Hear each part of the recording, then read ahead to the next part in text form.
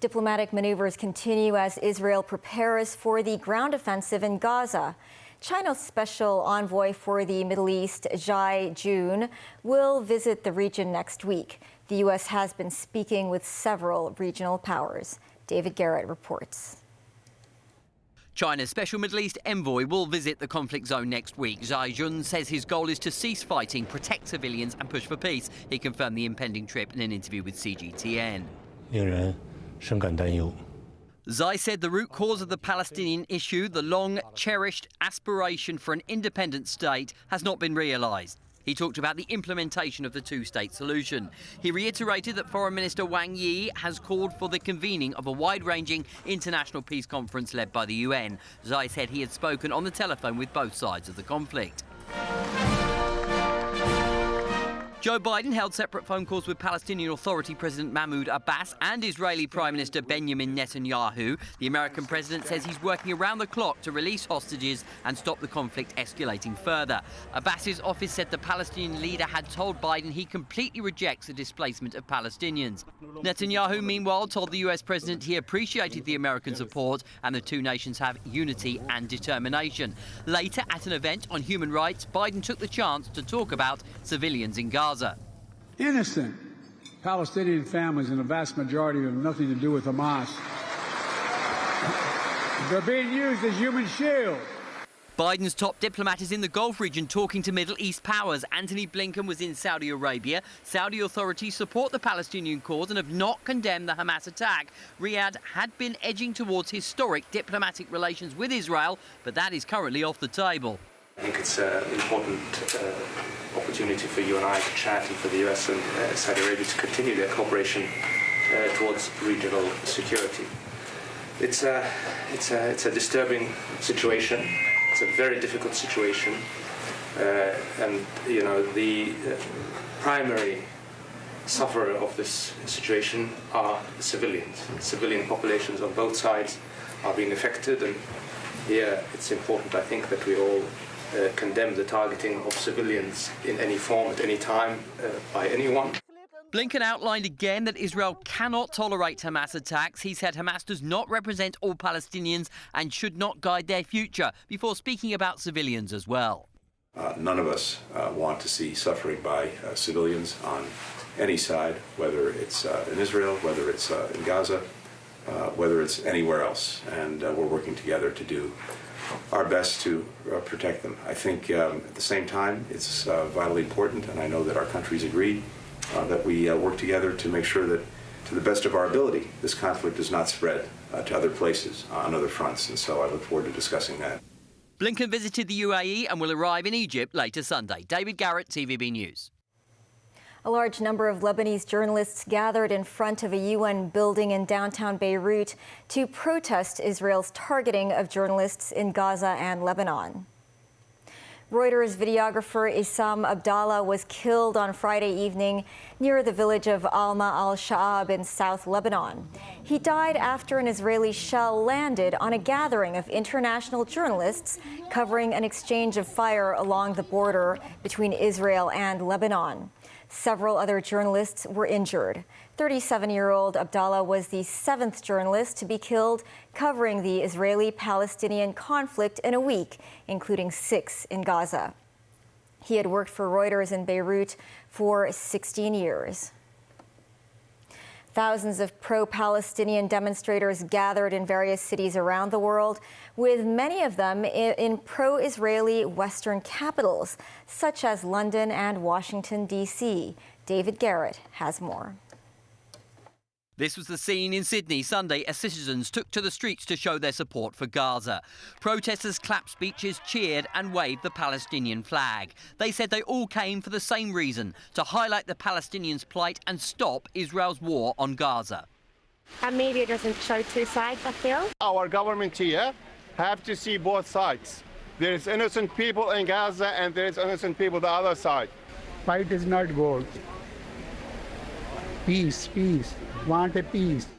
There were similar rallies across the globe. In West Bengal, in India, there were numbers as far as the eye could see. This rally called for an end to the blockade of Gaza and called Israel's treatment of the Palestinians an apartheid. There were huge crowds outside the Hagia Sophia in Istanbul, and one of the Turkish president's children was among the marchers. There was a family atmosphere, but protesters booed a McDonald's restaurant as they passed it because of a perceived affiliation between Israel and America. They mourned those killed in Gaza and called them martyrs. Thousands gathered in London, as they did in the French capital Paris and Frankfurt in Germany. Here in the UK, they descended on Trafalgar Square. Tourists looked on as the streets were crammed. This Jewish woman said she stands with the Palestinians. Palestinians have been screaming for decades about this, and no one was listening.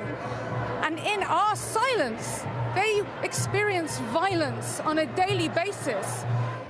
Former opposition leader Jeremy Corbyn, a prominent voice on the issue in the UK, was one of many key speakers at the rally.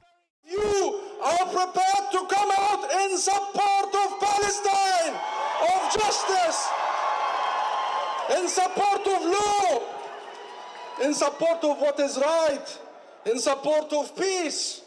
The White House has been Israel's biggest supporter since the Hamas attack a week ago. Outside the gates of the presidential residence, demonstrators gathered to show their displeasure at American foreign policy. The numbers were smaller here than in other countries, but voters were keen to tell the US government they must do all they can to protect civilians in the conflict. David Garrett, TVB News. Security has been intensified in France. Thousands of soldiers have been deployed around Paris, with the Interior Minister saying there is a jihadist atmosphere. 7,000 extra security personnel have been placed around prominent locations such as the Eiffel Tower. The Louvre Museum, the Palace of Versailles, and a train station were evacuated yesterday because of bomb threats, which turned out to be false alarms. A teacher was murdered in a stabbing at a school on Friday in the north of the country, where the attacker had apparent Islamist motives. The upgrade in surveillance comes as France hosts the Rugby World Cup and prepares for the Olympics next year. And back here at home, during the historic rainstorm last month, various districts were hit not just by torrential downpours, but also landslides, with some affected roads still under repair. The Civil Engineering and Development Department said they will assess similar natural slopes across the territory and consider building small drainage tunnels to lower their risk of landslides. Jackie Lin reports. It's been more than 5 weeks since this section of Yuhing Road in Shaoqiwan became off-limits after being ravaged by landslides during last month's black rainstorm. Raymond Cheung, head of the Geotechnical Engineering Office of the Civil Engineering and Development Department, explained in a newspaper interview why it took so long to fix the problem. The landslide happened on a natural slope atop a man-made slope. Some 3,000 cubic meters of weathered boulders and soil rolled off the natural slope. They include boulders as big as a double-decker. After preliminary analyses, experts believe the landslide was caused by the overflowing of one of the two streams near the natural slope. The water flooded the slope during the rainstorm. Apart from clearing the debris, Cheung said authorities are using sprayed concrete and rock dowels, which are anchors to stabilize and reinforce elements on the slope. The emergency works are expected to take 6 months. Cheung said authorities will also explore the possibility to excavate a small tunnel to divert storm water and ultimately lower the risks of landslides. And that's not just on Yuhing Road, but also at other similar natural slopes in the territory. But that comes with technical difficulties. Johnny Chirk, chairman of the Geotechnical Division of the Hong Kong Institution of Engineers, said for such drainage tunnels to work, they have to be built on higher locations. But around such mountaintop topography, it is often harder to transport heavy machinery and locate a suitable site. With that in mind, Chirk suggests prioritizing natural slopes nearer to residential areas and transport arteries for the construction of these drainage tunnels instead.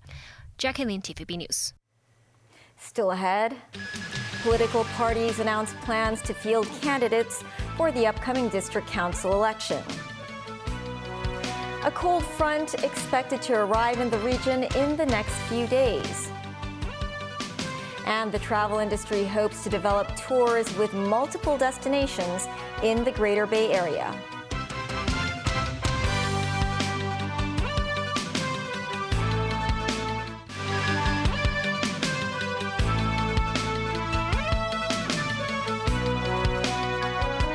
Welcome back. The 2023 District Council ordinary election is slated to be held in December. As the nomination period is set to kick off next Tuesday, various political parties have announced their plans to field candidates. Jackie Lin reports. After the blistering defeat in the previous district council election, the city's largest pro-establishment party, the Democratic Alliance for the Betterment and Progress of Hong Kong, is making a comeback this time. It's fielding more than 100 candidates encompassing all 44 directly contested geographical constituencies. Party chairman Gary Chan expects intense competition, as it will be the first district-level polls after the electoral overhaul. Chan said compared with sending just 10 hopefuls at the Legislative Council election, there is way more pressure to support aspiring councillors for all constituencies this time. In constituencies with a weaker support base, Chan said they will send more renowned party members to campaign for the candidates. The second largest party at the legislature, the Business and Professionals Alliance for Hong Kong, said they will line up a few candidates in the upcoming district council election. As Chairman Lo Wai-kwok said, he hopes residents will support those who truly love the country and serve the community. The Federation of Trade Unions, meanwhile, is sending 46 members to run in the district council polls. Among them, 25 would jostle for directly elected seats. Its chairman Stanley Ng said healthy competition at the polls would ultimately benefit the people. Meanwhile, Democratic Party, Hong Kong's main surviving opposition party, would field 6 candidates instead of the previously expected 8. When asked how the party could prove the candidates' patriotic sentiment, Party Chairman Lo Kin-hei said there's no way they could influence the judgment of individuals, but they are doing their best. Lo added they have provided personal information, policy platforms of their candidates, and proposals to the policy address for the scrutiny of the 3 district-level committees. The Hong Kong Association for Democracy and People's Livelihood, which mainly caters to grassroots interests, is sending 2 hopefuls to run in the polls. Jackie Lin, TVB News. Temperatures in Hong Kong are expected to fall in several days' time. Earlier today, many people went to the Central Harbour Front to enjoy their day off. Many still wore summer clothes and lined up for ice cream. However, the observatory says a strong northeast monsoon is expected to affect the coast of Guangdong in the next few days, bringing windy weather to the region. A cold front is also expected to reach South China in the latter part of the week. The lowest temperature in the urban area is forecast to be 22 degrees Celsius. Secretary for Culture, Sports and Tourism Kevin Yeung said authorities plan to complete the revitalization project for Temple Street by next month. Yeung's comment came after the government launched the Night Vibes Hong Kong campaign in September to boost the city's night economy. Mimo Singhai reports. As part of the initiative to promote the city's night economy, the government plans to revitalize Temple Street in Yau Ma Tei, a street that is famous for performances and cheap merchandise. Speaking on a TVB program, Secretary for Culture, Sports and Tourism Kevin Yeung said authorities will complete the revamp of Temple Street next month by introducing performances and local food stands. Yeung said that while the project will mimic the Wan Chai Harbourfront night market, operating hours for Temple Street are unlikely to extend to midnight. We need to think about residents who live near the area. The public can visit Temple Street daily, but maybe those large-scale night events should only be held on Fridays and weekends, the secretary said. When asked about whether the government will expand the project to include other streets in the city, including Ladies Market and Fa Yuen Street, Yeung stressed the importance of uniqueness. Both Ladies Market and Fa Yuen Street are special in their own ways. They are different from Temple Street, he added. Meanwhile, the secretary said the number of tourists coming to Hong Kong over the Mid-Autumn Festival and National Day holiday rose 80 or 90% of pre-pandemic levels. Yeung, however, said it still needs some time before the city's tourism industry can fully recover. Memos 9, TVB News. The Travel Industry Council of Hong Kong, or TIC, has wrapped up a 4-day tour of 6 Greater Bay cities. The trip aims to allow stakeholders in the industry to explore possibilities for developing tours with multiple destinations in the region to boost tourism in the wake of the pandemic. Sakura Ip was on the tour with the TIC delegation. Lion dance at Foshan, one of the hometowns of Chinese Kung Fu. well-preserved ceramic sculptures on the roof of a traditional temple, as well as some natural views. Experience Lingnan and Canton history in 6 Great Bay cities, such as Zhaoqing, Foshan, Kaiping and Zhuhai, through the immersive tour hosted by the city's Travel Industry Council. Stakeholders in the industry were invited to join the tour. The 4-day trip includes 2 meetings with some mainland authorities to explore opportunities for developing tours with multiple destinations in the region. And Hong Kong has its unique place. GBA tourism resources is very important for Hong Kong. First of all, because right now, well, everyone knows the flight capacity is still critical. So with the high-speed rail, they have, expanding their network. Actually, GBA travel is very crucial for our industry, for the outbound travel. Hong Kong is the gateway of GBA cities. So with Hong Kong plus GBA as an overall whole journey, it is very important to attract international visitors. It is both for Asia and also long-haul market. The countries will opening to tourists step by step, including the launch of a 144-hour visa-free transit policy.